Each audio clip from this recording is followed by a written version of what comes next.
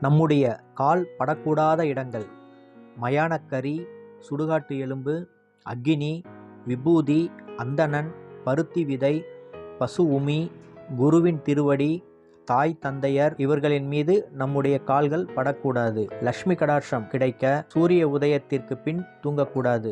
பெண்கள் குப்புற படுக்க கூடாது. பிறருக்கு இம்சை செய்யக்கூடாது. இரு கைகளால் தலையை சொரியக்கூடாது. தலையை எச்சில் கையால் தொடக்கூடாது. நகம், முள், இரத்தம், மண்கட்டி இவற்றில் தரையில் எழுதக்கூடாது. அன்னத்தை உருட்டி உண்ணக்கூடாது. தண்ணீரில் காரி துப்புதல், மலஜலம் கழித்தல், நின்று கொண்டு சிறுநீர் கழித்தல் கூடாது. கதவின் மேல் துணிகளை காயப்போடக்கூடாது.